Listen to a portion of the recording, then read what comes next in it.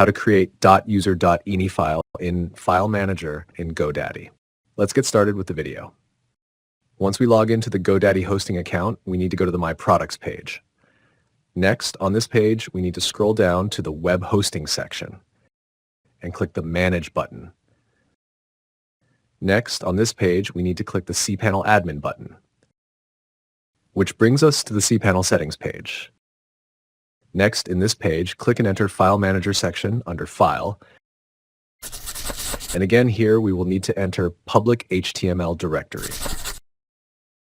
To create .user.ini file, first click the File option in the top menu. Next, in this New File pop-up window, enter the new file name, .user.ini, and click Create New File button.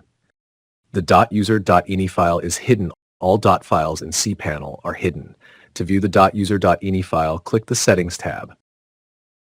Next, in this pop-up, we need to select Show Hidden Files box and save the changes made here. And now you can see the hidden .user.ini file is visible.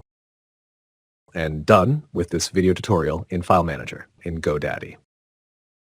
If you found this tutorial helpful, please like the video, leave a comment below, and share it with others. And don't forget to subscribe to the channel.